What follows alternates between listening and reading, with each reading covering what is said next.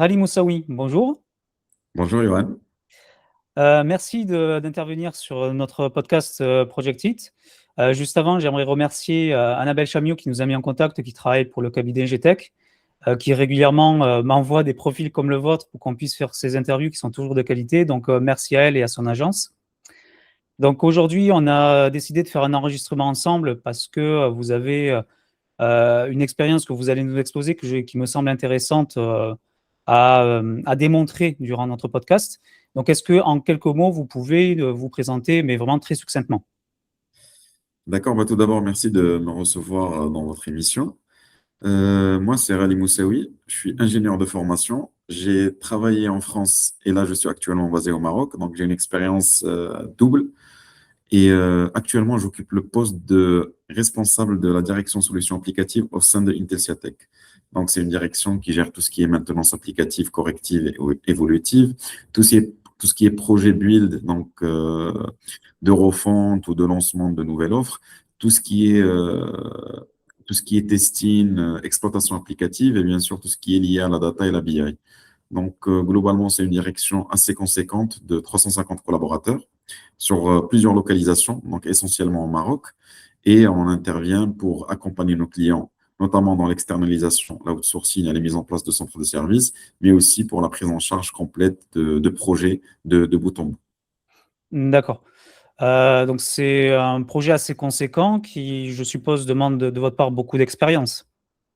En fait, c'est plusieurs projets et plusieurs clients qui sont très diversifiés.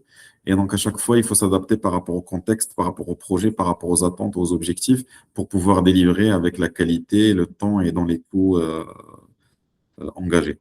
D'accord. Donc, ce qui fait que vous, vous avez quand même pu passer par plusieurs missions, plusieurs projets au préalable, qui vous a permis donc de gagner en expérience pour assurer ce genre de responsabilité. Est-ce que, avant de rentrer un petit peu dans le détail de ce que vous faites actuellement, vous pouvez nous exposer les missions, les projets, les entreprises par lesquelles vous êtes passé, voire même votre formation? Donc, comme je disais, moi, je suis de formation ingénieur. Donc, après mon bac, je suis parti en France pour faire mes études et j'étais diplômé en France, donc à Toulouse, à l'école l'ENSET.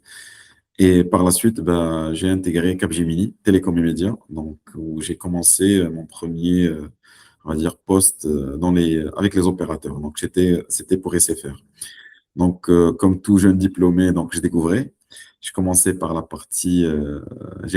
les activités de testing où j'étais dans des équipes, ce qu'on appelait le self-care SFR. En fait, c'est toutes les applications qui sont autoporteuses et qui permettent aux clients finaux d'interagir avec les systèmes SFR pour pouvoir faire des actes de gestion. Donc, j'étais intégré à cette équipe et rapidement, j'ai basculé sur un autre projet. Donc, après, je pense 2 ans, vers un autre opérateur, donc en l'occurrence Orange.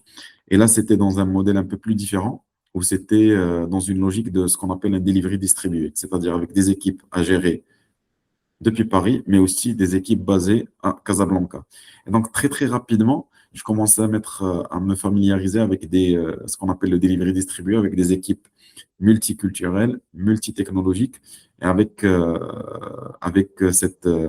ce positionnement. Donc, comme je disais, où c'était à l'époque, ça commençait tout ce qui est nearshoring, offshoring commençait à émerger et les clients commençaient à tendre vers cette nouveau modèle de delivery, notamment pour des optimisations de coûts. Et donc là, j'ai travaillé sur ce projet-là quelques années avant de prendre une décision de revenir au Maroc et de rentrer au Maroc. Là, j'étais notamment dans une autre société de services qui s'appelle Bulsas à l'époque. C'était une société qui était rachetée par la suite par Atos, où là, j'étais en prestation chez un opérateur marocain, donc le troisième opérateur marocain, en l'occurrence Inouï. Et donc, dès le début, en fait, ma carrière, elle était orientée très, très opérateur, donc en France et au Maroc. Et là, j'ai dû travailler sur beaucoup de projets de transformation ou de mise en place de portails pour les points de vente, de self-care, travailler sur le catalogue, sur la mise en place de bus technologiques sur des architectures différentes, où j'ai passé presque 5 ans avec Inouï. Après, je suis revenu chez Capgemini, mais cette fois, c'est côté Maroc. Donc, et là, j'étais plus dans le pilotage et la mise en place de centres de services pour nearshoriser et monter des équipes à Casablanca. Donc, un centre de service pour la BNP, où on avait eu à peu près 150 collaborateurs travaillant pour la BNP depuis Casablanca. Et par la suite, donc, j'ai piloté tout au début la mise en place d'un centre de service pour la BPI France au sein de Casablanca. Où là, on a dû monter les équipes, monter les squads agiles, faire les transitions, valider les transitions. Donc, quand on récupère un scope, ben, il faut s'assurer qu'on a bien récupéré tout le scope applicatif, mais surtout qu'on n'impacte pas le service et que ça reste transparent pour les clients finaux. Et donc, assez rapidement, on est monté en charge et on a pu arriver à plus d'une centaine de collaborateurs travaillant pour le client depuis Casablanca. Et ce qui est en fait très, très intéressant, c'est que, en fait, selon les projets, on arrive à monter en maturité. Donc, ce qu'on appelle monter en maturité, c'est de positionner des profils, donc depuis Casablanca, en mode nearshoring, qui peuvent être haut de cycle. Donc, avec des proxy product owners ou des business analysts, des scrum masters, et bien sûr la partie développement, testing et DevOps. Donc, on peut soit dès le début avoir des logiques de bascule qui sont complètes, verticales, avec des squads complètes, donc comme je disais, depuis Scrum Master jusqu'au testeur, ou avec d'autres clients, avoir des logiques de bascule par phase, où on commence par la partie la plus simple, qui est plus en mode exécution, qui est la partie développement, et par la suite monter en valeur avec des rôles haut cycle qui peuvent intervenir soit sur le pilotage, comme le Scrum Mastering, ou sur la partie fonctionnelle. Et donc, après Capgemini, ben, j'ai intégré Intelsia Tech, notamment pour pour un gros projet d'externalisation, donc avec un opérateur français, SFR, pour être une extension de la DSI, donc de SFR, depuis Casablanca. D'accord, très bien. Donc il y a vraiment une expérience très complète, mais pas uniquement que sur un seul produit ou un projet peut-être isolé.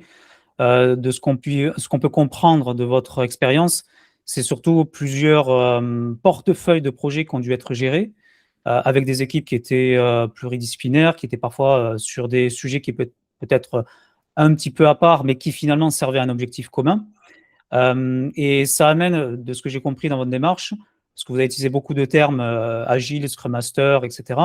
Mais il y a vraiment une gestion qui doit être aussi hybride dans le fait de devoir piloter les différentes équipes, faire en sorte qu'elles puissent se synchroniser, que les objectifs puissent être atteints. Finalement, dans cet aspect très organisationnel, donc oui, il y a le jargon agile, donc je présume que vous avez dû travailler dans du Scrum, du Safe, mais est-ce qu'il y a peut-être d'autres techniques, pratiques, méthodes sur lesquelles vous avez pu être formé, que vous avez pu utiliser et qui sont venus compléter ces aspects-là? En fait, comme je disais au début, j'ai eu de la chance de faire mes études en France et de travailler en France. Et du coup, après un parcours scolaire et aussi professionnel, j'ai pu avoir une double culture entre la France et le Maroc qui m'ont facilité un peu la gestion et la mise en place de délivrer avec des équipes multiculturelles. Parce que c'est pas aussi simple que ça. Donc, sur l'aspect organisationnel, méthodologique, on trouvera toujours des solutions. Mais il y a aussi un aspect humain qui est très, très fort, qu'il faut prendre en considération pour accompagner les clients dans les bascules ou dans l'externalisation vers le nearshore. Et je pense, même j'en suis convaincu, que le fait d'avoir côtoyé les deux cultures m'a facilité un peu cette démarche-là. Et j'arrivais à être dans une logique ou dans une posture de compromis pour aider les équipes à s'intégrer, donc les équipes, par exemple, françaises et marocaines, entre le client et nous, fournisseurs, à s'intégrer, à travailler dans un modèle qu'on appelle One Team, c'est-à-dire une seule équipe avec un seul objectif, c'est de délivrer dans les temps. Je pense que ça, c'est un facteur clé. Après, il y a tout l'aspect technicité dont on a parlé, que ce soit les méthodologies agiles ou les méthodologies de transition notamment, où il y a des méthodologies très, très claires et très déroulées et connues par tout le monde. On passe par des phases de knowledge transfer, on fait des présentations, on passe par des phases de shadowing, on regarde les sachants faire, et des phases de reverse shadowing, on fait et les sachants nous valident ce qu'on a fait. Bien sûr, tout au long de la transition, il y a des indicateurs factuels qui viennent valider le passage de phase en phase pour rassurer sur la bascule et aussi, comme je disais au début, faire une bascule de manière transparente, sans impact par rapport à la qualité de service et l'efficience des collaborateurs. D'accord. Ouais, donc il y a vraiment une démarche qui doit être structurée, mais qui, en fonction de la situation, du contexte, de la phase, peut amener un complément d'approche méthodologique qu'on peut piocher à droite à gauche. Par exemple, incorporer de l'agile, comme on vient de le dire. Mais également, il y a un aspect que vous avez dit qui est, je pense, extrêmement important et ça serait intéressant d'en parler. C'est cette différence culturelle qu'il peut y avoir entre des équipes qui sont en France et des équipes qui sont peut-être à l'étranger, donc dans ce cas-là au Maroc. Est-ce que vous pouvez nous raconter les différences majeures que vous avez constatées, que ce soit en termes d'organisation, peut-être de compétences aussi, hein, encore une fois, ou bien même de savoir-faire qui marche très bien dans certains cas et peut-être pas d'autres dans une autre culture ou dans un autre pays. En fait, tout d'abord, sur l'aspect compétence, je pense que entre le Maroc et la France, je pense qu'on est très alignés sur les compétences. Parce qu'il y a une historique entre les deux pays, il y a un rapprochement qui est très, très fort entre les deux pays. Et surtout, sur tout ce qui est parcours pédagogique, ben, on est très alignés avec ce qui est fait en France. On a les mêmes typologies d'universités, on a les mêmes typologies d'écoles d'ingénieurs avec les mêmes cursus en passant par des classes préparatoires.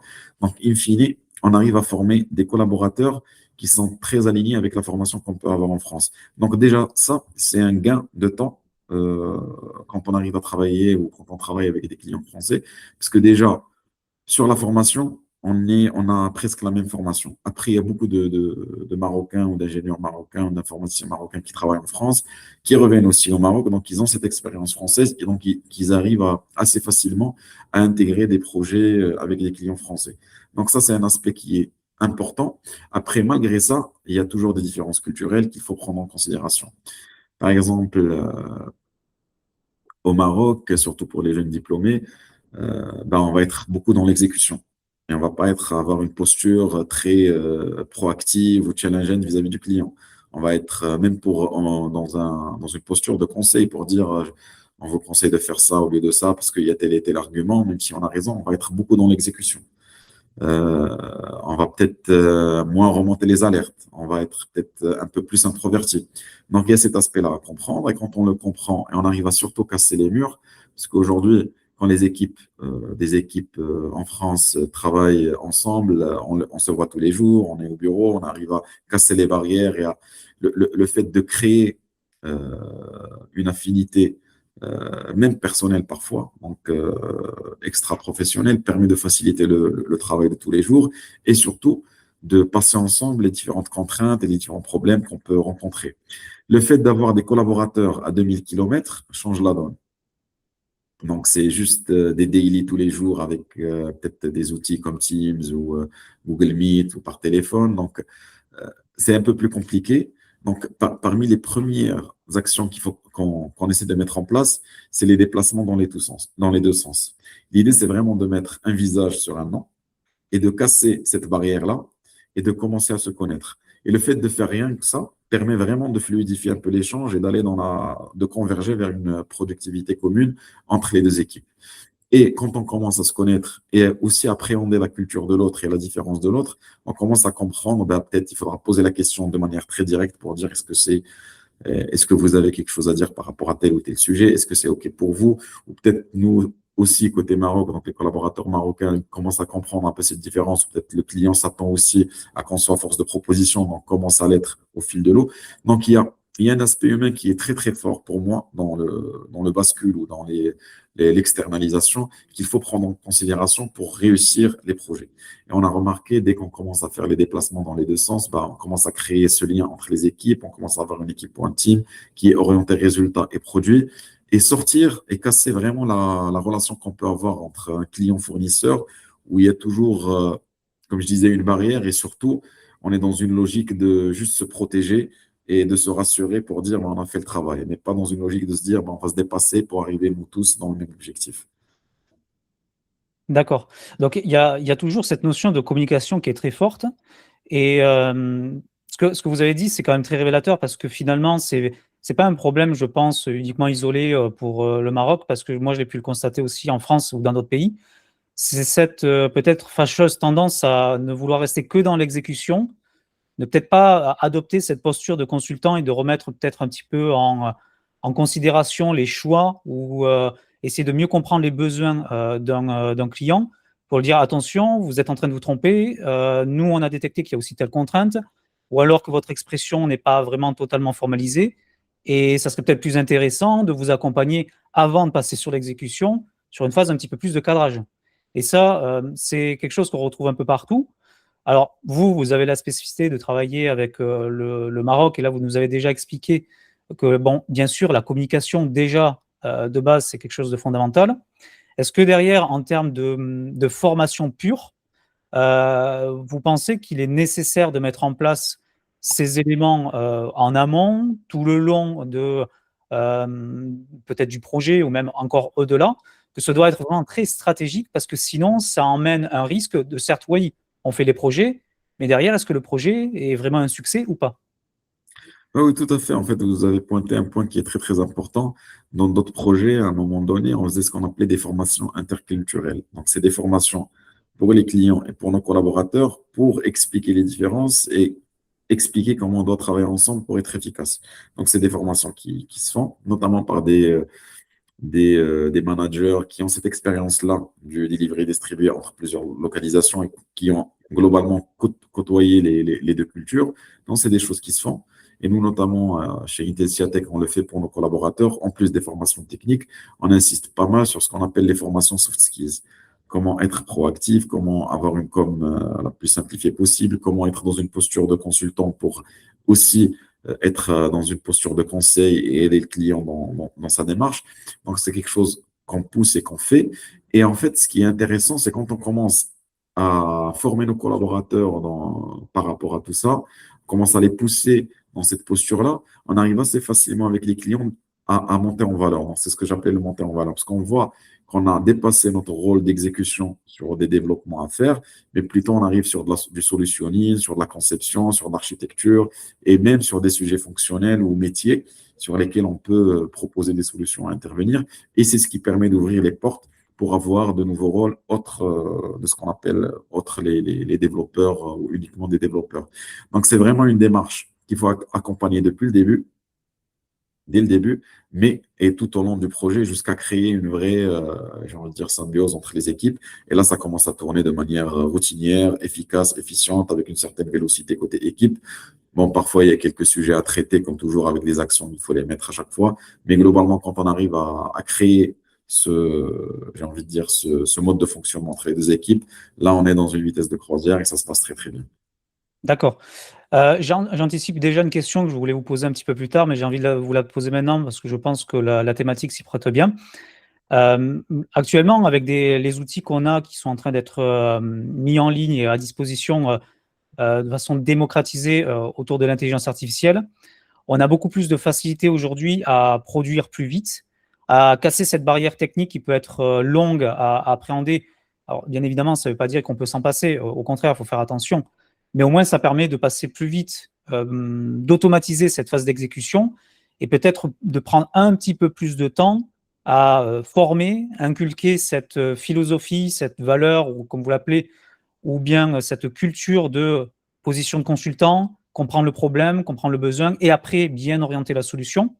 Actuellement, vous, c'est un sujet qui est sur la table, auquel vous êtes en train de réfléchir, de se dire peut-être que ça vaudrait le coup de mettre en place ces outils pour faciliter l'exécution et peut-être passer un petit peu plus de temps sur la phase en amont de réflexion.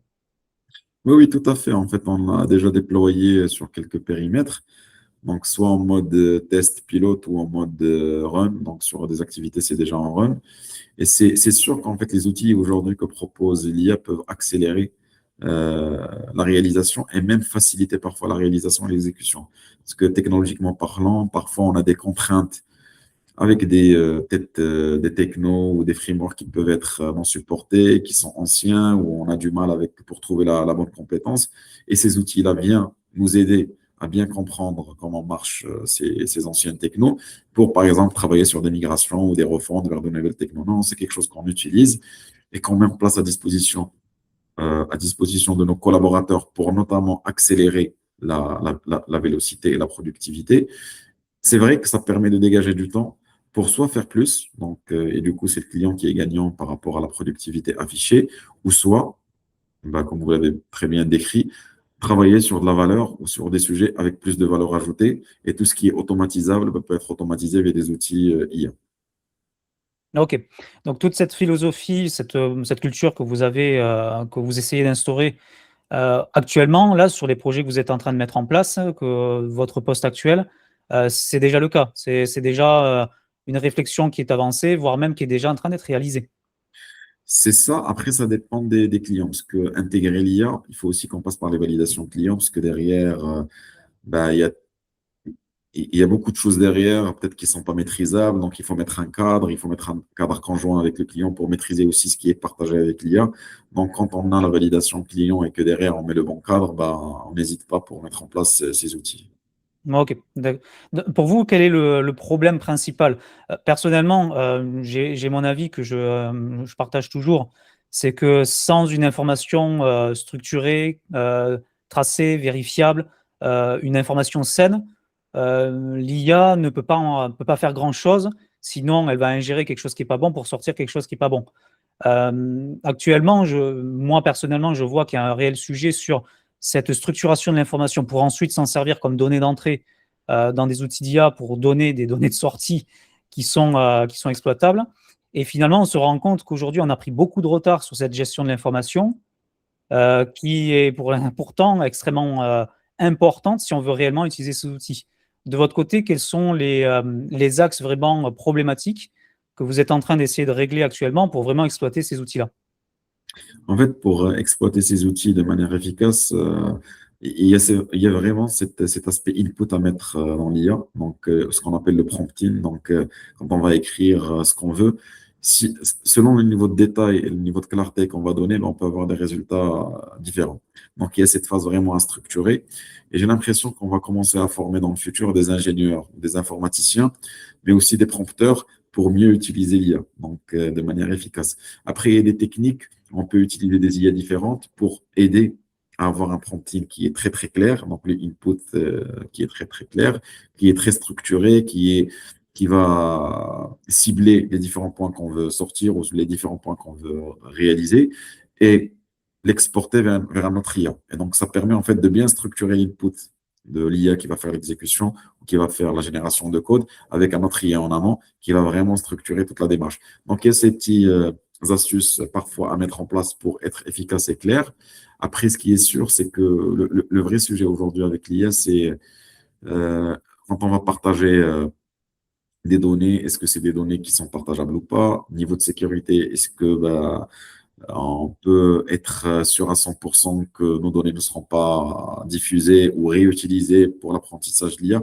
Donc, c'est plus ces sujets-là qui aujourd'hui peuvent poser problème à nos clients et à nous-mêmes au-delà du prompting. Parce qu'aujourd'hui, avec les ingénieurs et la qualité des informaticiens qu'on a, même si l'IA hallucine ou on a des sorties qui ne sont pas alignées par rapport à l'attendu, le collaborateur ou la ressource va les challenger, va réexpliquer, va retravailler le prompting pour avoir le bon output ou même le corriger manuellement, parce que parfois on peut avoir des inputs incomplets et les compléter et ça permet aussi d'aider sur la productivité.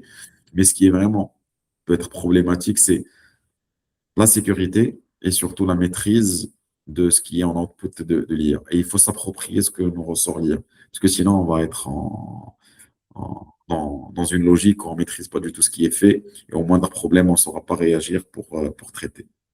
Oui, donc là, de ce qui ressort de nos échanges, c'est qu'il y a cette notion de données, d'informations qu'il faut pouvoir renseigner à l'IA pour avoir une donnée de sortie exploitable. Cet aspect sécurité de l'information en elle-même, éviter de lui donner n'importe quoi et aussi si jamais on doit exploiter certaines informations, ben, s'assurer qu'on a le droit de le faire pour respecter des réglementations, des normes, des lois et faire attention de ne pas diffuser des choses qu'on n'a pas le droit de diffuser. Et un troisième point aussi, c'est ce niveau de réflexion que peut-être actuellement, je pense aussi que c'est un sujet majeur, c'est-à-dire que l'IA va nous donner quelque chose, mais il faut savoir aussi challenger ces outils, ces informations qu'elle nous donne, parce qu'on peut très vite se retrouver avec des ordres finalement que l'IA nous donne, qu'on va suivre bêtement, et on retombe sur ce qu'on disait tout à l'heure, on est dans un rôle d'exécution et plus de réflexion. Ça aussi, vous, de votre côté, vous avez l'impression, en utilisant ce genre d'outils, que avec les collaborateurs ou les clients, peu importe, avec les gens avec qui vous travaillez, c'est un manquement de devoir toujours leur inculquer qu'il faut challenger ce qu'on nous donne comme données générées par l'IA et qu'il ne faut pas forcément suivre à la lettre ce qu'elle dit. En fait, on est obligé et les collaborateurs sont obligés parce que l'output, s'il n'est pas maîtrisé, on n'arrive pas à se l'approprier, à le mettre dans le projet et à l'intégrer dans le projet pour que derrière, il soit utilisable. Parce qu'on peut prendre des bouts de code sans les comprendre, les rassembler ensemble. À un moment donné, on va se retrouver devant un mur et ça ne marchera pas. Donc, je pense que c'est quelque chose qui va de soi dès le début de manière, j'ai envie de dire, innée, ou pour les collaborateurs, c'est un outil accélérateur qui permet d'avoir de la productivité, oui, mais en output, on s'approprie le sujet. S'il y a des modifications à faire, on les fait. Et avant d'intégrer le bout de code généré dans le projet de manière globale. Et après, tout le monde a bien compris qu'aujourd'hui, l'IA, il faut l'utiliser comme accélérateur, mais pas comme un remplacement. Parce que j'entends pas mal de choses à droite, à gauche, où on se dit à un moment donné, ben, on va juste peut-être envoyer une spec et derrière, on aura l'application qui est faite de bout en bout. Je pense pas qu'on est aujourd'hui à ce stade-là. Je pense pas qu'on le sera dans un futur proche, mais ça reste un outil très performant pour accélérer les réalisations et surtout pour voir les choses de manière différente. Parce que là, on a parlé vraiment, on était focalisé sur tout ce qui est productivité en utilisant des outils IA, mais on peut aussi utiliser l'IA de manière innovante sur des projets avant qu'on réalisait de manière standard pour apporter une certaine flexibilité, mais aussi un certain traitement différent des projets. Donc, on peut voir les choses vraiment de manière très, très différente et des choses qu'on faisait manuellement, qu'on faisait avec une logique, peut être fait de manière très, très différente avec des agents IA et qui permettent de gagner beaucoup, beaucoup de temps pour des clients. Donc, hors l'aspect productivité pure sur les développements, aujourd'hui, on traite avec quelques clients des use cases métiers en intégrant l'IA qui permettent vraiment de fluidifier le mode de fonctionnement et surtout, comme je dis, de le voir de manière très, très différente et très innovante. Oui, donc on retrouve un petit peu ce qu'on faisait, ce qu'on fait toujours, hein, mais ce qu'on faisait de manière historique, à savoir une réflexion sur les spécifications avant de passer à la réalisation. Mais cette fois-ci, comme on peut aller beaucoup plus vite, qu'on peut challenger beaucoup plus facilement cette réflexion, ça nous permet d'avoir une vision beaucoup plus fine des choses et de passer sur une réalisation qui sera à la fin plus complète avec un produit qui aura des fonctionnalités qui auront été imaginées ou bien définies en amont, mais grâce aux outils en plus qui permettent d'accélérer le développement, finalement, on raccourcit ces cycles de développement et en même temps, on peut quand même imaginer un petit peu plus de specs puisqu'on est plus limité par le temps vu que tout est automatisé. Donc finalement, on a l'impression, en fait, c'est l'impression que j'ai moi, où on replonge un petit peu dans ce qu'on faisait sur du cycle en V, mais sur des cycles vraiment beaucoup plus courts, beaucoup plus itératifs. Et là, on arrive à avoir, j'ai l'impression, encore une fois, une réelle démarche agile ou en collaborant par exemple avec un utilisateur avec nous à côté, en développant l'API avec l'IA qui génère peut-être les fonctionnalités avec nous, on peut avoir un feedback très rapidement et finalement faciliter le développement. Oui, tout à fait. Et en fait, il faut voir aussi l'IA comme un accélérateur business, parce que on peut très rapidement, en utilisant des outils IA, mettre en place des POC, donc des proof of concept ou des MVP, et ça permet de voir l'application par les métiers de manière assez rapide et se positionner sur la direction qu'il faut prendre, la direction, la vision et la stratégie qu'il faut prendre par rapport à ce genre d'application. Oui, oui, tout à fait, je suis aligné par rapport à ça. Mais c'est vraiment, je pense, là où peut-être c'est moins utilisé, ou c'est là, il faut peut-être mettre un coup d'accélérateur, c'est par rapport à l'utilisation de l'IA comme un nouveau moyen de voir les use cases ou les parcours métiers. Donc, pas uniquement sur la partie développement, mais là, on parle de sujets de réclamation, on parle de fidélisation, on parle de plein de sujets qui se répètent pour tous les clients. Et là, je pense on peut commencer à les traiter de manière très innovante en intégrant des agents IA. Oui, non, non, je suis tout à fait d'accord avec vous. Ce qui m'amène à revenir peut-être sur le sujet initial avec vos responsabilités actuelles. Déjà, est-ce que vous pouvez nous rappeler un petit peu ce que vous devez faire actuellement?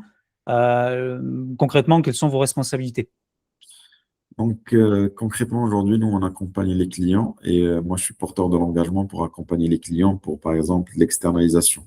Donc, c'est un client qui vient nous dire, bah, moi, aujourd'hui, j'ai une équipe qui travaille sur tel et tel et tel scope ou plusieurs équipes et je veux aujourd'hui externaliser vers du nearshore dans un objectif de massification de fournisseurs, mais aussi de réduction de coûts. Donc là, notre rôle, et moi le premier, c'est d'accompagner ce client dans cette démarche-là pour externaliser ces scopes-là de manière très transparente, sans impacter son business, mais aussi sans impacter la qualité de service.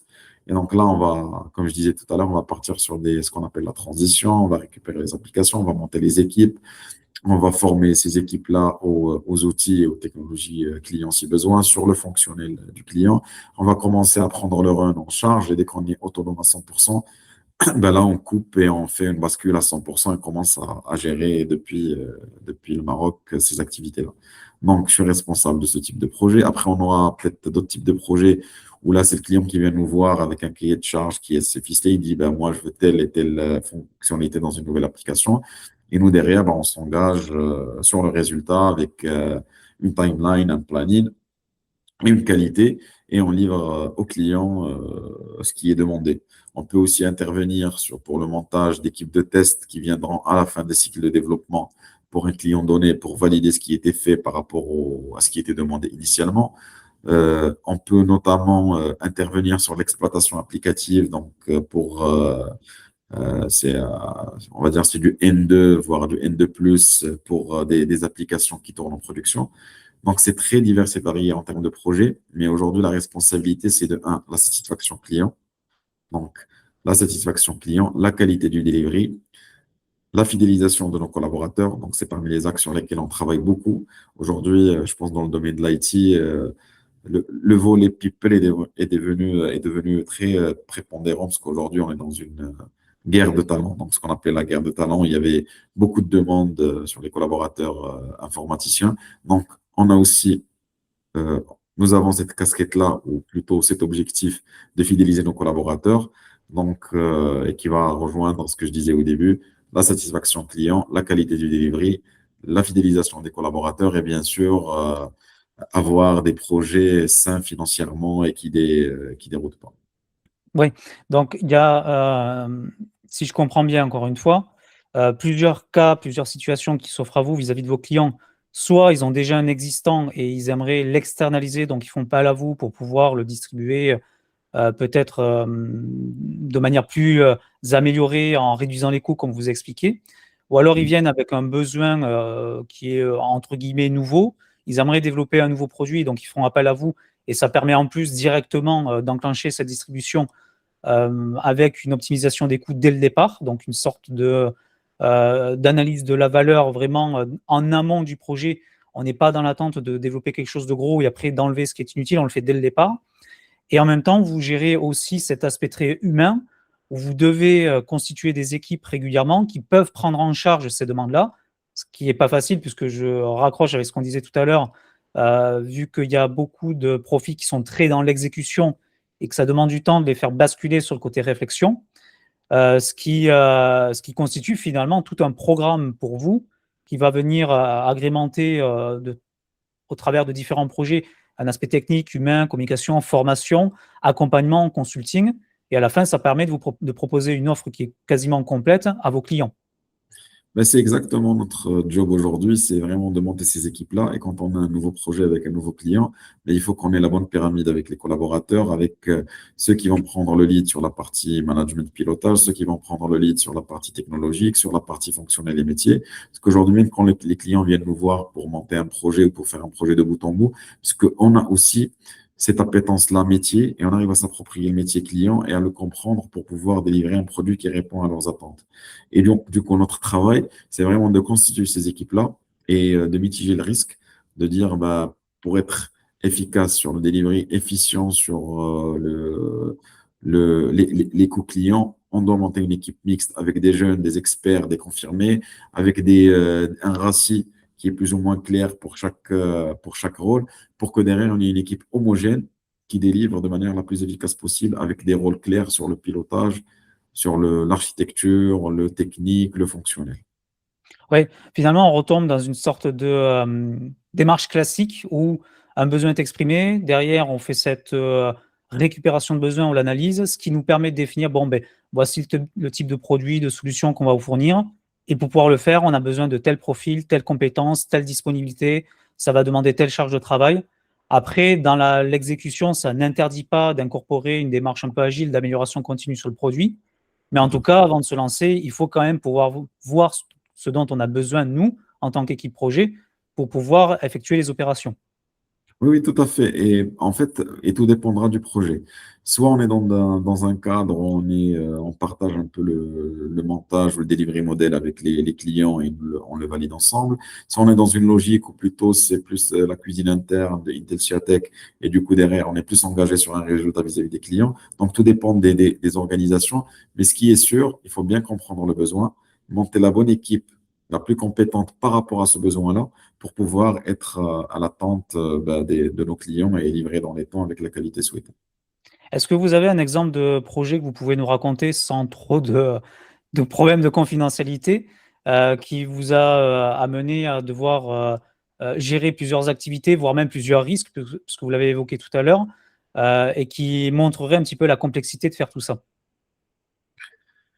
Donc, je peux parler d'un projet qu'on a fait dernièrement donc avec un client où il fallait faire une refonte technologique sur une techno qui était qui n'est plus supportée. Donc, plus supportée, et du coup, très difficile à maintenir, très difficile à évoluer. Et parmi les contraintes qu'on avait, parce qu'on n'avait pas beaucoup de documentation. Donc, pour comprendre l'existant, pour partir sur la nouvelle technologie. Et là, on a pu utiliser l'IA qui était très, très efficace pour ce genre de reverse engineering, pour nous expliquer ce qui est fait dans l'application initiale. Et donc, on a commencé par faire ça, mais tout au début, en fait, quand on a commencé à s'approprier le projet, à comprendre ce qui est demandé, déjà, on a commencé à identifier les têtes de pont. Donc, côté équipe, sur la partie pilotage qui est très, très importante, parce qu'aujourd'hui, peut-être, parfois, on minimise le rôle du pilote ou du chef de projet. Mais j'avais vu une stat une fois où on disait que 70% des projets qui échouaient étaient à cause des chefs de projet qui les drivaient et non à cause de la technologie ou des compétences qu'on met. Donc, c'est un rôle qui est très, très important et il faut le valoriser et mettre les bonnes personnes pour suivre le projet de bout en bout. Donc, on identifie cette personne-là en premier et avec cette personne-là, on commence à construire l'équipe. Donc là, on a commencé à identifier un architecte qui a cette aisance avec l'IA, même s'il ne connaît pas la technologie legacy, mais qui a cette aisance avec l'IA pour faire ce reverse engineering et proposer un template de développement avec la nouvelle technologie. Et avec cet architecte-là, on a commencé à monter l'équipe avec une certaine seniorité, avec des experts, des confirmés et des juniors. Il faut toujours avoir des équipes homogènes parce que chacun apporte une valeur au projet. Et si on n'est qu'avec des experts, ils vont s'ennuyer. Si on n'est qu'avec des juniors, on n'a pas l'expertise, on n'a pas la bonne qualité. Donc, il faut toujours travailler sur une équipe mixte. Donc, avec l'architecte, on commence à monter, et le chef de projet à monter cette équipe-là par rapport aux besoins. On arrive à définir la charge, à tracer un planning, à le partager avec les clients et par la suite commencer à s'engager pour livrer dans les temps. Et donc là, c'était un projet où ça s'est très, très bien passé. Les retours clients, notamment, étaient très, très positifs par rapport à ce qui était fait, puisque même un des challenges était de comprendre ce qui était fait et le client s'attendait à beaucoup de sollicitations pour comprendre ce qui était fait. Mais grâce à l'IA, on a pu bypasser cette étape et faire beaucoup de reverse engineering. On a monté la bonne équipe avec la bonne compétence par rapport à la nouvelle techno qu'il fallait mettre en place. Et avec la bonne posture, comme on a dit tout à l'heure, et avec le bon mindset, c'est ce qui nous a permis de honorer le planning sur lequel on s'est engagé. Ça, de un, livrer de la qualité et assez rapidement passer en production et faire la mise en service côté client pour arrêter l'ancienne application et partir sur la nouvelle. Donc, c'est quelque chose qui peut être en fait, on a l'impression que c'est toujours la même chose. En termes de méthodologie, de cadre, oui, mais chaque projet a sa spécificité et il faut en être conscient et s'adapter à chaque fois. En fait, c'est un métier où il faut toujours s'adapter, comprendre la difficulté, les contraintes et apporter les bonnes solutions pour qu'on puisse réussir. Oui. Ce que vous avez dit, je ne vais pas le cacher, je suis totalement d'accord avec vous et c'est un sujet qui est très important aussi pour moi. Je me bats pour le faire apparaître, le rendre visible constamment. C'est, comme vous l'avez dit, le rôle du chef de projet, c'est pas juste un gestionnaire de planning, il va au-delà de ça, il gère un projet et donc il va gérer des gens, il va gérer une équipe. Et derrière, si on n'a personne avec les bonnes compétences pour prendre la hauteur nécessaire, faire la traduction entre client et équipe et ensuite pouvoir détecter les problèmes qui puissent arriver pour les régler et faire en sorte que tout se passe bien, comme on vous l'a dit, sans cet orchestrateur, on va l'appeler comme ça, impossible que ça puisse bien se passer. Et vous rejoins totalement, il y a un vrai problème là on va plutôt parler de compétences, mais c'est pas la faute des personnes. C'est parce que des fois, on les désigne comme chef de projet sans formation préalable, sans expérience préalable, et finalement sans le recul nécessaire pour pouvoir absorber cette responsabilité qui est nouvelle, parce qu'on a l'impression qu'en se disant, bon, on va le mettre chef de projet, c'est parce que c'est un expert technique, donc il va être en capacité de pouvoir le faire. Et finalement, non, c'est pas l'objectif premier, parce qu'un chef de projet ne fait pas de technique, même s'il doit le comprendre pour dialoguer avec ses équipes. Et la deuxième chose que vous avez dite, et que je suis totalement d'accord encore une fois avec vous, c'est que chaque projet est différent. Donc oui, il y a un cadre. On peut retrouver des similarités entre les projets, mais cette singularité qui va faire que tous les projets seront différents doit être traitée telle qu'elle. Ce qui fait qu'on doit toujours repasser par ce cadrage, par une nouvelle planification, parce que les compétences vont être différentes. Donc on ne va pas travailler avec les mêmes personnes, et même si c'est des projets qui semblent similaires. Vous, de votre côté, vis-à-vis de cette vision, à quel moment vous avez eu le déclic? Parce que ça, c'est aussi intéressant, parce que vous aussi, vous avez eu ces expériences. Vous vous êtes sûrement dit à un moment donné, mais j'ai fait des erreurs. Qu'est-ce qui s'est passé dans ce projet-là que j'ai un petit peu foiré? Et à quel moment vous avez dit, bon, finalement, il faut que j'adopte une nouvelle posture, et après, ça ira mieux. En fait, c'est la démarche de l'amélioration continue. En fait, toute expérience est bonne à prendre, hein, même si derrière, il y a des échecs parfois, mais c'est de ces échecs-là qu'on arrive à apprendre et à progresser. Donc, il faut être dans une philosophie d'apprentissage et de dire, bah, il faut essayer. Et si, par exemple, on se trompe, bah, c'est pas grave, il faut recommencer et se dire, bah, là, on s'est trompé, il faut recommencer. Là, vous avez parlé tout à l'heure du rôle de chef de projet. Moi, ça m'a fait toujours sourire quand on disait dans l'évolution des collaborateurs, donc il est développeur, il est technique lead, il est architecte, et à un moment donné, dans la progression, il va basculer chef de projet. Alors que c'est deux métiers totalement différents. Donc, c'est deux métiers totalement différents. Assez rapidement, on interagit en s'interfaçant avec des collaborateurs qui ont une composante technique très, très forte et qui étaient positionnés en tant que chef de projet. J'ai compris que c'était deux métiers différents et que c'était deux rôles et deux profils totalement différents. L'aspect technique, il est important, il faut l'avoir dans le projet, mais l'aspect pilotage aussi, il y a des outils de pilotage, il y a des réflexes qu'il faut avoir qui sont très, très importants, et notamment être toujours en mode anticipation et ne pas constatation du résultat ou du problème. Et parfois, ça dépend des profils. On peut trouver des profils très technologiques et qui ont cette appétence-là de pilotage, mais d'autres, pas du tout, où là, c'est pas du tout le bon rôle. Et il faut vraiment séparer les deux et avoir un profil de pilotage qui est dans tout ce qu'on a dit.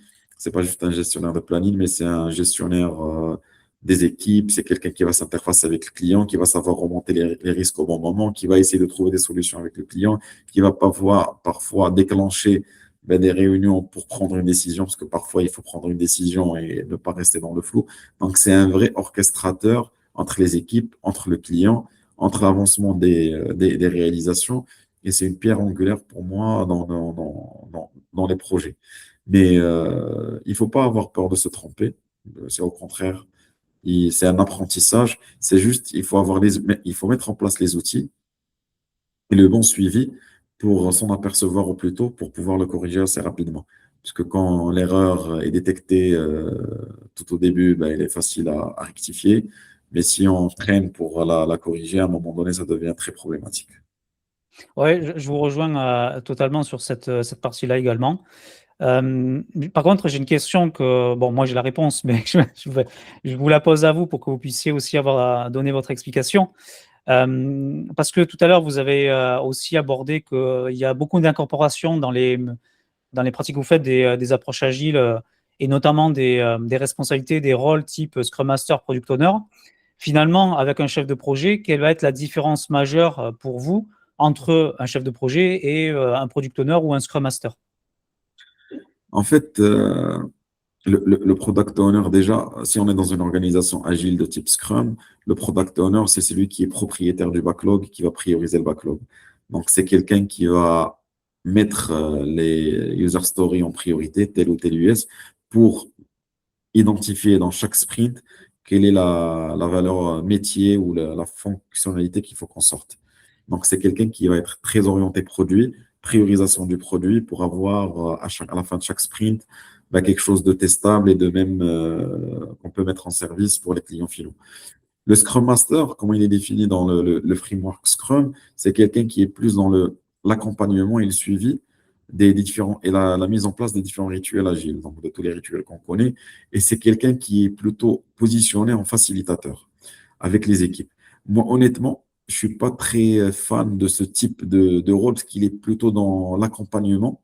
Et ce qu'on préfère mettre en place aujourd'hui, et d'ailleurs, c'est des choses qu'on préconise à nos clients, c'est d'avoir un rôle Scrum Master slash chef de projet. C'est-à-dire, c'est un rôle qui est mixte entre la mise en place de la méthodologie, l'accompagnement des équipes, le facilitateur dans les différents rituels, mais c'est aussi un delivery manager qui va suivre le projet, qui va remonter les risques, qui va suivre la partie people avec les collaborateurs, bah, s'il y a même des problématiques avec les collaborateurs, qui va être là en facing client pour le reporting, pour le suivi, pour remonter les alertes.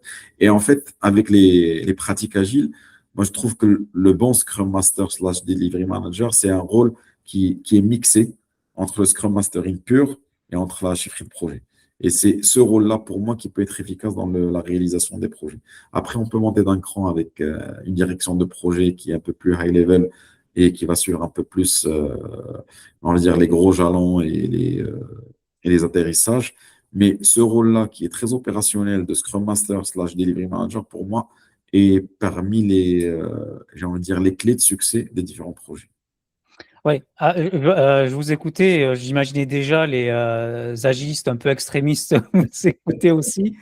Là, c'est une hérésie totale ce que vous dites, mais par contre, j'essaie de tempérer, je vous rassure, parce que faut quand même se rapprocher de la réalité et C'est surtout ça. de la réalité des organisations. Et ce que vous dites également est très juste, parce que il y a ce qui est marqué dans les différents guide bonnes pratiques en disant ben, le Scrum Master est censé faire ça, il a cette responsabilité-là, pardon. Mais après, il y a la réalité des choses où il y a des paramètres qu'il faut gérer, qu'on expliquait tout à l'heure, la gestion des délais, la gestion du budget, les risques, les ressources entre guillemets humaines, même si je n'aime pas trop ce terme. Et ça, normalement, ce n'est pas la responsabilité ni d'un Scrum Master, ni d'un Product Owner. À la base, c'était le rôle d'un chef de projet, d'un manager de ressources, Exact. d'un manager. Et donc, il y a la réalité des choses, et je pense que c'est très bien que vous le dites aussi, c'est que tout à l'heure, on le disait, chaque projet est singulier, et derrière, il faut pouvoir adopter une démarche particulière, et parfois, il faut sortir aussi un petit peu des carcans qu'on nous impose dans les guides ou dans les frameworks, tout simplement parce que, à la base, c'est fait pour ça. Euh, Par exemple, le rôle de Scrum Master est normalement censé disparaître au fur et à mesure que l'équipe gagne en maturité, parce que c'est l'équipe qui adopte cette démarche-là dans son entièreté. Et après, c'est une propre méthode que nous, on développe en interne, et ça n'interdit pas de travailler avec un chef de projet. Et ça, j'ai l'impression qu'on l'oublie un petit peu trop souvent. Quel est votre avis, vous, de ce côté-là? En fait, moi, ce que je n'aime pas mettre en place dans les organisations, c'est d'avoir les deux rôles. D'avoir un rôle Scrum Master et un rôle chef de projet. Parce que si on fait de l'agile, ben, il faut être sur de l'agile à 100%. Et si on est sur des cycles en V ou des modèles de délivrés différents, ben, dans ce cas-là, on met un chef de projet. Mais par contre, comme je disais, avoir un rôle un peu hybride qui permet de répondre à toutes les problématiques, je trouve ça comme une solution qui est très, très pragmatique par rapport à la réalité terrain et par rapport à la réalité projet. Et même si les agilistes purs parfois peuvent ne pas être d'accord avec moi, mais moi je trouve que c'est plutôt une extension ou c'est la continuité de ce que fait le Scrum Master. Parce qu'il va mettre en place les rituels, il va accompagner les équipes, il va être en facilitateur, mais même à un moment donné, dans son rôle, c'est aussi de calculer des indicateurs de vélocité, de prédictibilité, de suivre le burn-up ou le burn-down chart avec les équipes. Et c'est là où je dis c'est une continuité. Ben, quand on voit qu'il y a un problème dans tel ou tel indicateur ou dans l'indicateur satisfaction sur le sprint, déclencher des actions, porter ces actions-là avec les équipes. Je suis d'accord, c'est dans l'agile, c'est les équipes qui portent, mais portez-là. Mais pour moi, à un moment donné, il faut un vrai owner sur des sujets pour qu'on puisse les mener jusqu'au bout. Et c'est là où peut-être les limites très théoriques de l'agile me conviennent pas dans les organisations que je peux mettre en place. Et du coup, en fait, c'est de l'adaptation. Donc, au début, on commence peut-être avec une squad agile. On voit qu'on a tel ou tel besoin, donc le Scrum peut le porter, tel ou tel besoin, telle personne ou tel rôle peut le porter. Et l'idée, c'est vraiment de ne pas être figé sur ce qui est écrit comme si c'était, bon, même si Parfois, c'est la Bible et il faut la suivre dans ce qui est écrit mot par mot. Mais à un moment donné, il faut avoir cette réflexion d'adaptabilité, de dire, bah, j'ai une contrainte, comment y répondre et s'adapter. J'ai une autre contrainte, comment y répondre et s'adapter.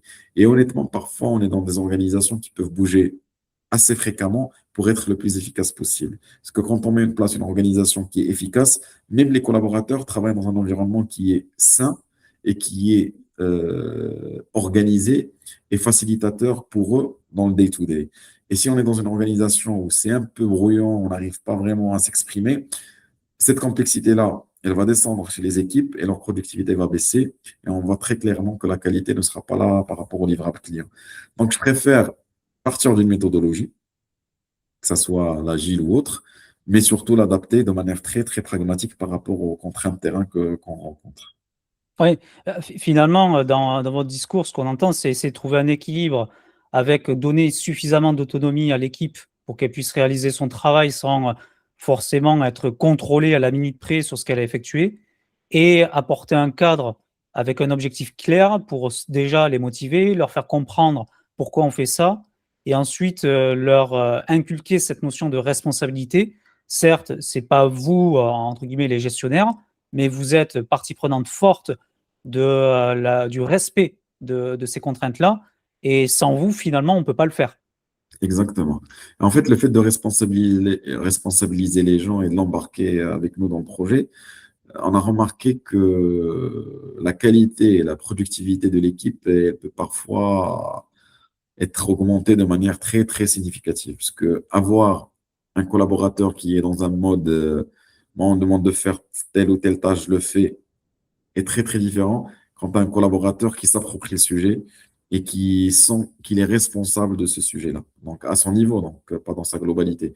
Et c'est là où je dis qu'il faut sortir à un moment donné du pur, moi je fais juste les rituels en tant que Scrum, et d'avoir aussi un rôle de manager, un rôle de, comment dirais-je, de quelqu'un qui va porter les équipes avec lui vers le meilleur. Donc, pour mettre en place une équipe qui est la plus efficace possible et surtout motiver tout le monde pour répondre aux objectifs. Et donc, ce rôle mixte-là permet, je pense, de le faire. Parfois, dans des organisations, sur des petites squads, on peut même avoir un rôle un peu différent, ou dans le Scrum Master peut jouer un rôle différent. Peut jouer un rôle de fonctionnel ou de business analyst, peut jouer un rôle même de testeur pour valider ce qui est demandé. Et donc, tout dépend de la bande passante, de l'organisation, des contraintes qu'on peut avoir. Et comme je dis, bon, je l'ai répété assez souvent, je pense, dans notre discussion, il faut vraiment être dans une logique pragmatique. Quelle est la Oui, contrainte? Comment je peux y répondre de manière très efficace? Je teste, si ça marche, c'est très bien. Si ça marche pas, ben, je reteste autre chose. Et l'idée, c'est d'être dans de l'amélioration continue. oui, oui, non, je vous rejoins encore une fois totalement sur cette vision très pragmatique des choses. Finalement, l'organisation qui nous convient, c'est celle qui nous permet d'atteindre nos objectifs. Après, le Exact. reste, c'est la littérature, on va dire. Oui, on peut dire ça. Très bien. J'aimerais vous poser une question que j'ai pas posée. Alors, si on a déjà abordé le sujet, mais j'aimerais revenir un petit peu dessus, puisqu'on a parlé beaucoup d'exécution, de planification. Mais finalement, comment ça se passe quand vous cadrez le besoin d'un client? Puisque c'est une phase extrêmement importante, hein, encore une fois. Donc, Oui. si jamais on se loupe sur ça, on se loupe sur tout le reste. Et vous, dans votre démarche, que ce soit en termes de processus, de méthodologie, peu importe, encore une fois, hein, comment ça se passe quand vous récupérez le besoin pour essayer de prendre suffisamment hauteur, de vous poser les bonnes questions et de dire, bon, ben, très bien, on a compris, maintenant on peut se lancer. En fait, tout d'abord, il faut vraiment, comme on a dit tout à l'heure, identifier la bonne personne qui va faire ce cadrage-là. Puisque dans notre rôle aussi, c'est vraiment de positionner les gens, avec les collaborateurs, avec leurs compétences, dans la bonne case pour qu'ils soient les plus efficaces possibles. Donc, identifier l'équipe ou le collaborateur qui va travailler sur ce cadrage-là. Et en fait, en premier lieu, on essaie vraiment d'avoir un cadrage qui est dans le détail, mais sans aller dans un détail qui va un peu nous bloquer. C'est vraiment avoir un équilibre entre rester macro et avoir le détail nécessaire pour bien comprendre le projet, pour bien comprendre ce qu'il faut faire et pouvoir estimer de manière macro et de dire, bah, voici la charge du projet, voici comment on peut telle ou telle équipe qu'on va monter pour faire le projet, voici les plannings de manière macro qu'on peut proposer. Et en fait, c'est une phase de cadrage qui doit aller peut-être regarder les différents coins du projet ou les différents points de ce qui est demandé de manière, on va dire, très, très curieuse pour ne pas oublier une partie ou un module, mais aussi en restant macro, ne pas rentrer dans le détail et une granularité qui va nous bloquer et qui va derrière demander beaucoup de temps pour pouvoir sortir un cadrage complet. Donc, il faut trouver un juste équilibre avec le bon profil, suivre ça tout au long de la phase de cadrage. Ce qui est important aussi, c'est de partager aussi notre compréhension avec le client pour la valider ou la réorienter ou aussi la corriger. Et une fois cette phase-là terminée, ben derrière, on arrive avec une vision claire sur le produit qu'il faut réaliser, avec peut-être des épiques de manière macro sur ce qu'il faut faire. Et on peut partir, par exemple, dans un modèle agile, dans les différents sprints, dans les rituels backlog refinement pour détailler US par US, donc user story par user story, dans les épiques qu'on a déjà définies. Mais en fait, là, par expérience, et je l'ai vécu plusieurs fois, chaque fois qu'on apporte beaucoup d'importance et de rigueur sur la phase de cadrage, sur la phase de spécification, sur la phase de détail des user stories, on arrive à développer de la qualité et à respecter les plannings.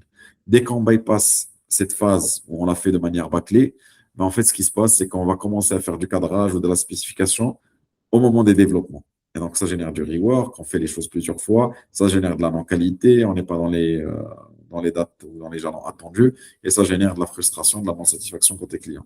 Donc, c'est une phase qui est vraiment très, très importante. Il faut avoir les bons éléments pour les faire, identifier les bonnes personnes pour la faire.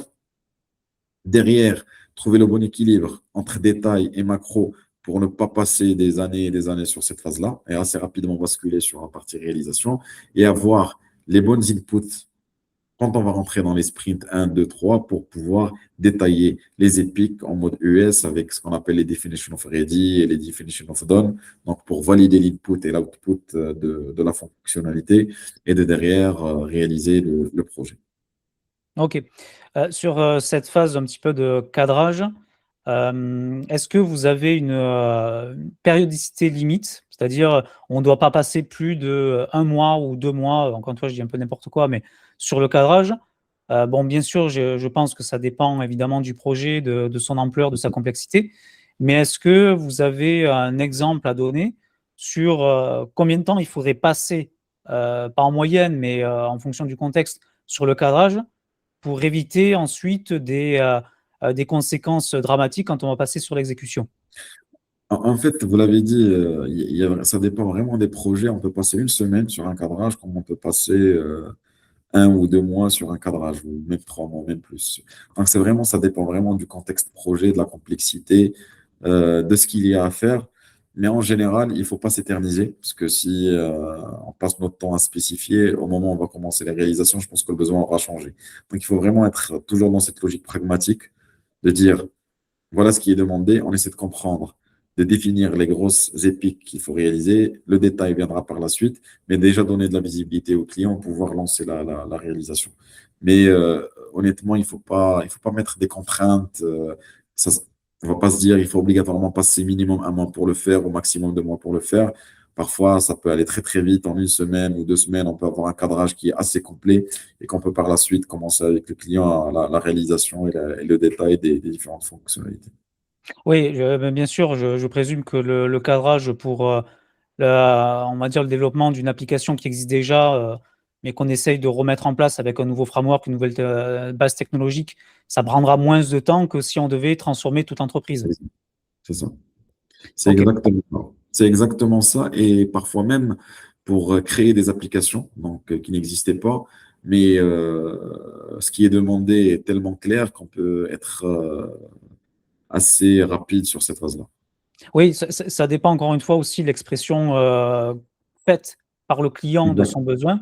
Certains Oui, sont quand même très forts et arrivent quand même à bien exprimer ce qu'ils ont besoin. Alors certes, il y a toujours une orientation solution. Alors oui, on sait très bien qu'on va développer une application, mais ils arrivent peut-être déjà avec des fonctionnalités prédéfinies. Et c'est aussi à nous de challenger pour voir si c'est réellement utile pour eux.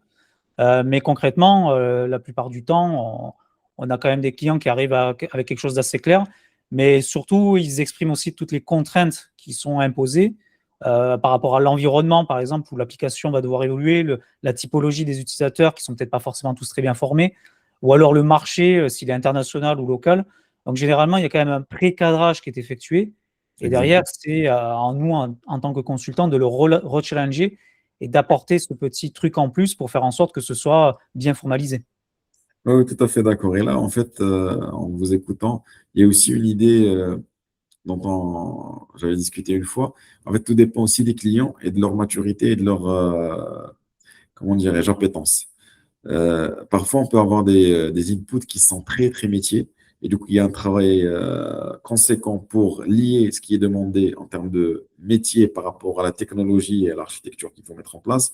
Et on a parfois des clients qui sont très technologiques et dans leur cahier de charge, ça se ressent. Et on a déjà des orientations de solutions technologiques. Et là, ça peut aller beaucoup plus vite, même si on doit être plutôt dans la solution de fonctionnalité. Donc, vraiment, ça dépend de la qualité de l'input, comme vous l'avez dit, de l'orientation de l'input aussi, de ce qui est demandé, de plusieurs choses. Mais notre rôle, je pense qu'on l'a assez dit, c'est vraiment de prendre tous ces inputs-là et d'essayer de sécuriser au maximum en essayant de voir les différents points, les différents risques, poser les bonnes questions en anticipation pour avoir une vision la plus globale possible dès le début du projet pour sécuriser la réalisation tout au long du projet.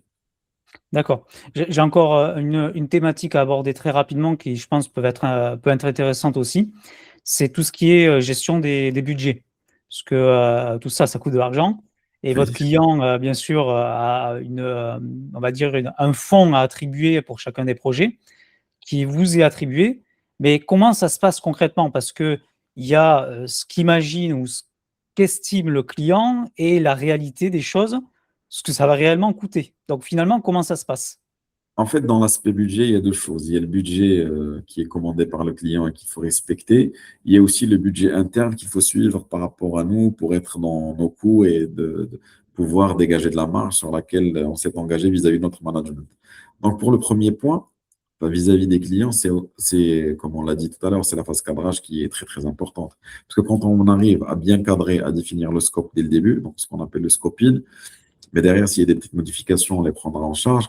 Mais ça permet de poser un cadre avec le client et de dire voilà sur quoi je suis engagé, de faire telle et telle et telle fonctionnalité. Donc, on les liste et le cadrage permet de les spécifier et que derrière, on part sur de la bonne base dès le début, sur une bonne base dès le début. Et si les priorités changent ou s'il y a de nouvelles fonctionnalités, donc là, on va regarder et trouver le bon compromis pour pouvoir continuer dans les meilleures conditions et surtout honorer ce qui est attendu par le client. Mais le fait de faire un bon cadrage permet d'avoir une bonne base et permet d'éviter les discussions de moi j'avais pensé à ça, ou moi j'avais pensé à ci, non pour moi ça englobait tout, non pour moi c'est juste ça. Donc c'est vraiment d'essayer dès le début de traiter ces points-là, donc dans le cadrage, avant de commencer l'engagement, avant de lancer l'engagement et la réalisation, pour définir entre nous tous, ben voilà ce qu'on va faire. C'est un point qui est très important. Après, quand il y a des nouvelles priorités, bah là, on peut les traiter en mode change request. Si elles sont minimes, on peut les intégrer sans impacter le planning. Donc là, c'est vraiment du cas par cas et de la discussion avec le client. Par contre, dans le suivi budgétaire interne, là, c'est une autre logique. Il faut être dans une logique de ce qu'on appelle du rolling forecast. Il faut pas être en constatation, mais il faut être en anticipation avec un reforecast qui est très, très régulier pour voir l'atterrissage si on est toujours dans la cible ou pas. Et c'est un exercice qui est très, très intéressant. C'est un exercice qui est financier et très intéressant, mais qui est aussi de notre rôle, et de mon rôle notamment, d'avoir une viabilité financière des projets. Et donc, ce qu'on fait, bah, comme j'ai dit, on arrive, on forecast assez régulièrement l'atterrissage par rapport aux nouvelles contraintes, aux nouvelles intégrations, aux nouvelles demandes. On forecast régulièrement les atterrissages.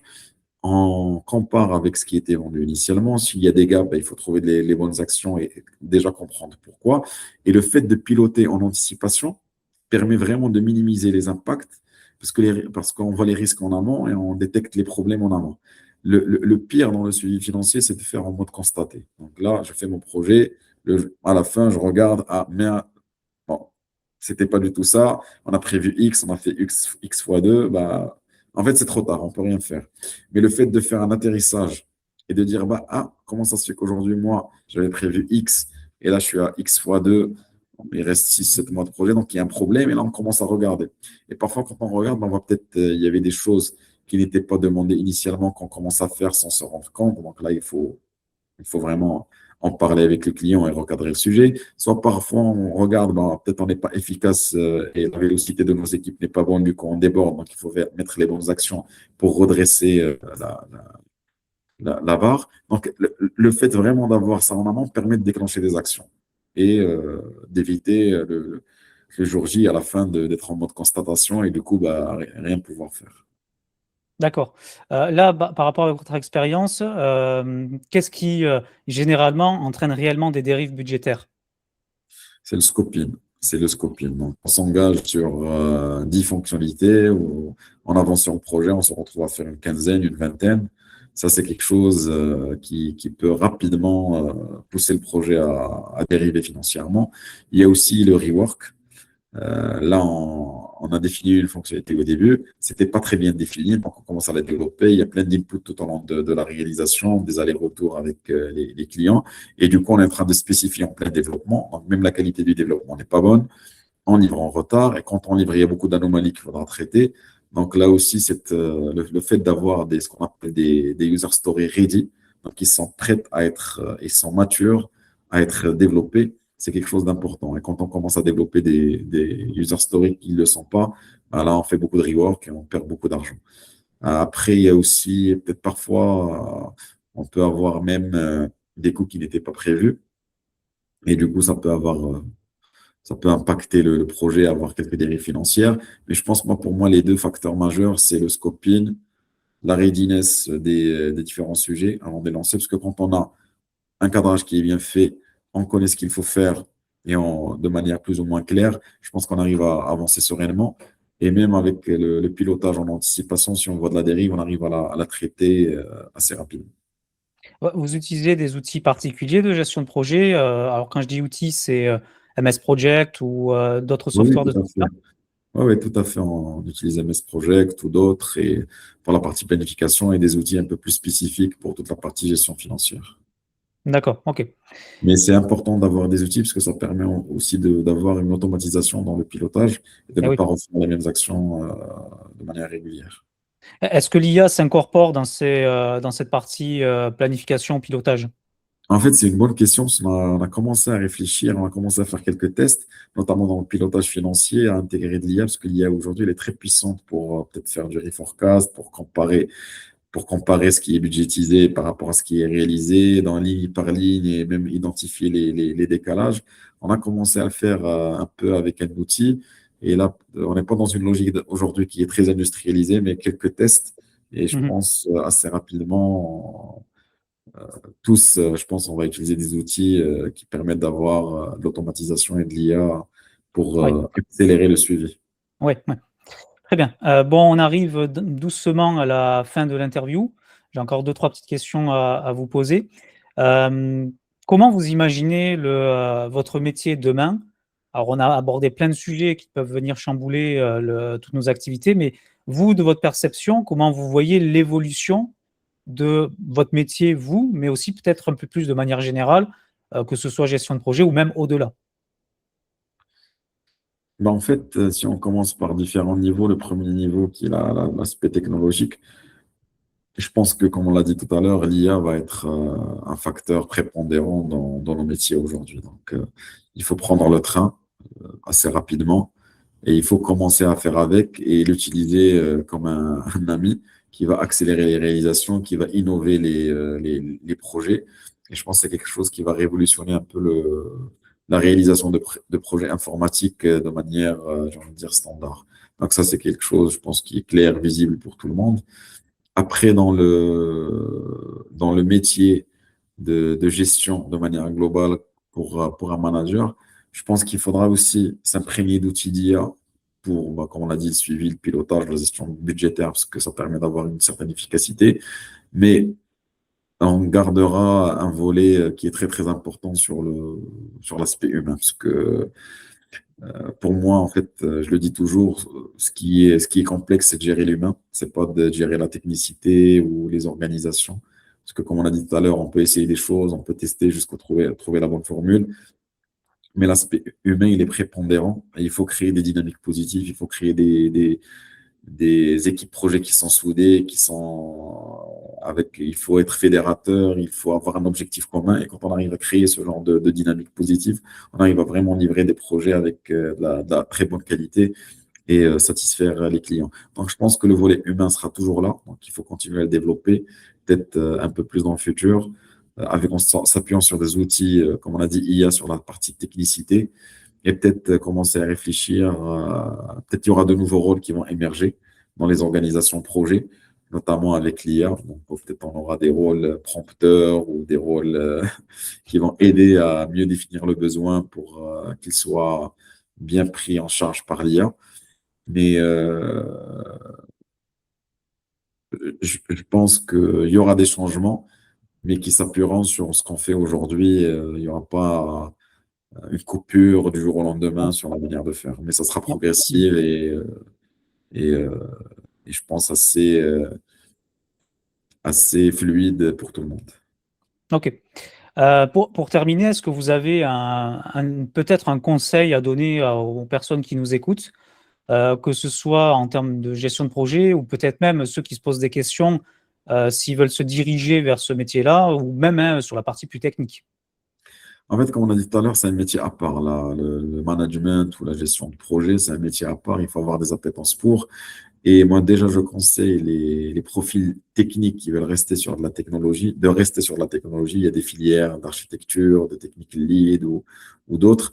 Ils doivent rester sur cette filière-là parce que je pense que ça correspondra plus à ce qu'ils cherchent. Le fait de dire juste parce que je dois évoluer à un moment donné, je dois prendre une casquette de chef de projet, bon, je le répète, c'est un métier totalement différent de l'aspect technique. Après, pour ceux qui veulent s'orienter sur ce type de domaine, en fait, il faut avoir une logique d'anticipation.